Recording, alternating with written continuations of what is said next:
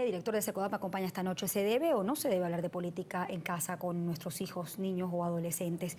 Te preguntaba cómo logro apartar mi opinión política, mi posición política e incluir la posición del otro para que ese niño, ese adolescente, se forme un criterio objetivo de lo que sucede en el país, sin que mis opiniones interfieran en cómo él percibe el entorno. No es fácil, Shirley, no es fácil, porque yo tengo una posición política, tengo una opción política, tengo una concepción de lo que debe ser la sociedad, de cómo se ejerce el poder.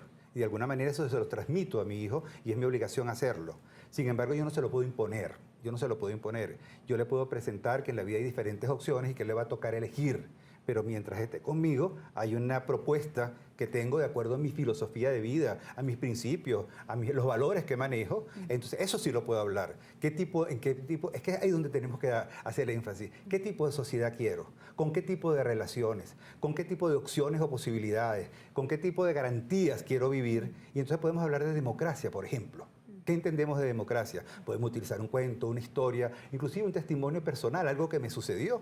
Entonces tú puedes crear oportunidades y espacios para hablar, por ejemplo, qué significa participar. Cuando tú estás descontento o inconforme con algo, ¿qué te produce? O sea, ¿cuáles son las herramientas que te da la ley y de qué manera puedo yo utilizar esas posibilidades para lograr los objetivos sin hacerle daño a los otros, por ejemplo? Entonces, un poco crear oportunidades, momentos educables, que es lo que está pasando. No dejarlo de lado, sino incorporarlo para darle contenido a los valores. Ahora, ¿debe el padre medir la forma como se expresa sus opiniones y la forma que las comenta en casa?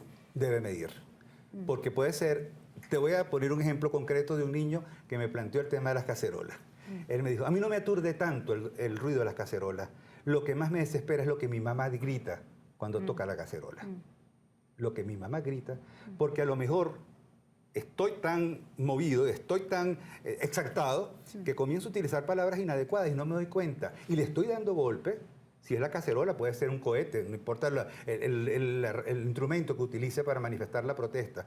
Pero el niño lo que lee no solamente es el ruido, sino la actitud, lo que digo. Entonces la mamá no se da cuenta que él está captando, que él se está dando cuenta, que él está registrando una forma de expresarte sobre aquel que no piensa como yo o aquel que es diferente, que es inadecuada, porque se está utilizando la descalificación, la ofensa, y lo que está saliendo de la boca, precisamente él lo va recogiendo y eso lo afecta en su visión del entorno. Muchas veces no logramos que el hijo, porque no queremos o porque no se da el momento, sea partícipe de la conversación. Pero sí es interesante saber cuál es el límite, qué temas puedo hablar y cuáles no. Por ejemplo, es común que en una familia venezolana haya un tío, un padre, un hermano que haya sido secuestrado. Eso se habla en la familia y ahí está el niño escuchando. Claro. O que, por ejemplo, se vaya al mercado y, bueno, se comía arepa y ahorita no se consigue pues la harina, aceite o leche, y eso se comente dentro de la familia. O por el alto costo de la vida, pues ya no podamos vivir igual como antes. ¿Qué temas se deben tocar con los hijos? Porque puede eso generar la ansiedad, puede eso generar desesperanza. Las familias, por ejemplo, que se plantean que quizás este no es el destino para sus hijos y que tienen que salir. ¿Cuál es el límite? ¿Cómo manejar ese tema? Es una pregunta complicada. ¿Cuál es el límite, no? El límite te lo va dando el mismo niño que va de repente, se da cuenta de que hay cosas que necesitan en la familia y no las hay. Productos básicos. Se da cuenta que no puede salir a pasear o no puede salir a divertirse o no se puede ir de vacaciones porque simplemente no hay las condiciones en el momento. Se da cuenta de que para ir a la escuela o venir de la escuela hay dificultad porque las vías no están en las condiciones para poder tener la libertad de desplazarse porque hay barricadas, porque hay condiciones. Eso lo afecta y él se va dando cuenta que está viviendo en un país en donde no es verdad, que hay sectores que están bien y hay sectores que están mal. Y te lo voy a poner con el ejemplo que me dijo un niño a mí, y eso me gustó. Me dijo, Oscar, ¿cómo la gente puede decir que hay sectores en donde no pasa nada y hay sectores en donde sí están muy afectados? Si tú te golpeas la mano derecha, tú no puedes decir que no pasa nada porque la mano izquierda la tienes bien o al revés. El cuerpo sufre. Y me gustó esa imagen porque él se dio cuenta, el hecho de que no pase nada en la urbanización del lado no quiere decir que la urbanización del lado no se preocupe por lo que está pasando en la urbanización vecina donde hay conflictos. Entonces creo que es un momento educable, Chile. Si nosotros aprovechamos este momento para formarlos como ciudadanos, para entender el compromiso con el país, para poder hablar sobre estos temas que él lo va a captar, lo va a escuchar cuando la mamá habla por la vecina, cuando él llega al colegio, las mamás están dejando a los muchachos en el colegio que intercambian, las reacciones de las maestras en el colegio. El tema por ejemplo, de la inseguridad. ¿Cómo se debe manejar ese tema en la casa? El tema de la inseguridad hay Que que eso hablar. genere angustia en un niño. Debe generar angustia, pero también los niños, para poderse autoproteger, deben saber que hay situaciones de riesgo. Porque si yo no se lo digo, Shirley, y entonces él sale a la calle creyendo que todo está pasando, no está pasando nada, o baja si hay un lugar social del parque, es como cuando pasó una situación concreta, habían tiros, y la niña preguntó, mami, ¿eso qué son? ¿Eso qué suena qué es? Y entonces le dijo, esos son fuegos artificiales. Y entonces ella estaba desesperada porque eran tiros, ella sabía que eran tiros. Y le dijo, ¿por qué si son fuegos artificiales? ¿Por qué estás tan mal, mamá? Entonces ella, para poder resolver un poco la cosa, inventó sacar una instalación de luces de colores, como que si estábamos en Navidad, y entonces para distraerlo.